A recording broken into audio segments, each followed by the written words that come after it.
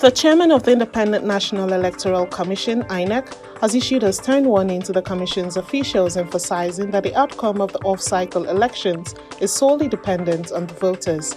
Hi, welcome to What's Happening. These are the top 10 stories. At number 1, the chairman of the Independent National Electoral Commission, INEC, Mahmood Yakubu, has issued a stern warning to the Commission's officials, emphasizing that the outcome of the off-cycle elections in Bayelsa, Kogi, and Imo is solely dependent on the voters.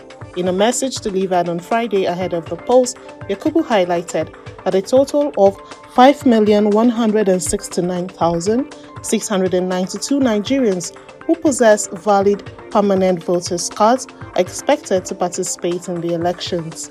At number 2, the chairman of Lokoja Local Government Council, Honorable Mohammed Danazabe Mohammed, has passed away just hours before the governorship election in Kogi State.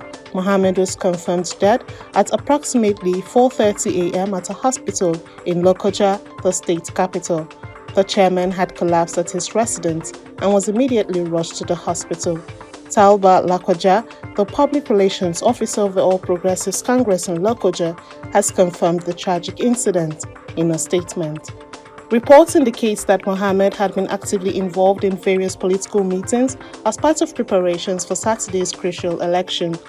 At number 3, former Commonwealth Secretary General Chief Emeka Anyaoku and leader of the Pan-Yoruba Socio-Political Organization, Chief Adebanjo, as well as other prominent Nigerians, have come together to demand a new constitution for Nigeria.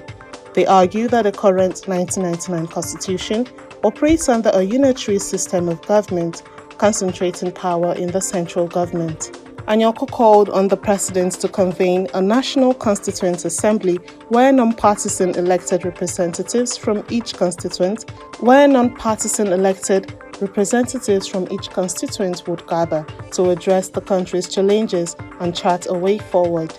At number 4, the Defense Headquarters says the troops of the armed forces have eliminated 113 terrorists and apprehended 300 others in different operations in various theaters across the country in the last 1 week.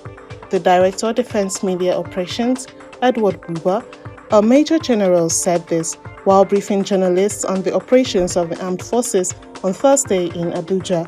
Mr. Buba said the troops also apprehended 25 perpetrators of oil theft, rescued 91 kidnapped hostages, and recovered 129 assaulted weapons and 717 assaulted ammunition within the period. At number 5, the federal government, in collaboration with the Revenue Mobilization Allocation and Fiscal Commission and the United Nations Development Programme, has trained 120 youths and women in Plateau State on artisanal and small-scale mining. The initiative aims to address revenue loss in the solid minerals sector by formalizing the activities of actors in the sector. The training, which took place in Jos, focused on building the capacity of participants in the artisanal and small-scale mining industry. At number 6, the National Agency for Food and Drug Administration and Control, Nafdac, has notified the public of the ban of Shisha Beauty Cream and Dona White Extra Whitening Lotion by the European Union. Nafdac, in a statement, said the products were tested against European standards and did not comply with the Cosmetic Products Regulation. The agency explained that the products contain mercury, which when accumulated in the body can damage the kidneys, brain, nervous system, affect reproduction, and the unborn child. At number 7, the National Association of Resident Doctors, NARD, has appealed to governors to halt the migration of health workers from state to state. NARD President Dele Olaitan said the brain drain is affecting the improvement of healthcare delivery. The NARD president said medical doctors now move from one state to the other because of welfare packages. He appealed to the NGF chairman, Abdul Rahman Abdul Razak, to charge other state governors to equip medical facilities and do more to improve the welfare of the healthcare workers. At number 8, the federal government has revised the Nigerian Customs Service exchange rate calculations for import duties, increasing it from 770 naira 88 kobo per dollar to 783 naira 174 kobo per dollar. This adjustment, now reflected on the NCA's portal, is expected to impact importers and clearing agents, influencing quotations for new jobs and payments. The move comes amid economic challenges and a 70% drop in importation into the country, attributed to various economic policies and trade measures.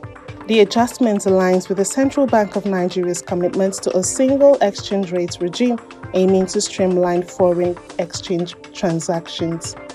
At number 9, Israel has agreed to daily 4-hour military pauses in northern Gaza for humanitarian purposes, the White House said Thursday, even as President Joe Biden said there was no chance of a full ceasefire.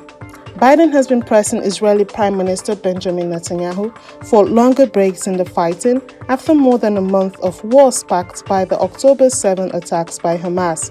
White House National Security Council spokesman John Kirby said the pauses were significant steps forward as heavy fighting took hold of Gaza City and the north of the Gaza Strip. Finally, at number 10, the Super Eagles will be without Napoli hitman Victor Osimhen and Leicester City midfield maestro for the team's 2026 World Cup qualifiers against the Harambee Stars of Zimbabwe and the Crocodiles of Lesotho. Nigeria's squad list for the November encounters was released late Thursday by the Nigeria Football Federation.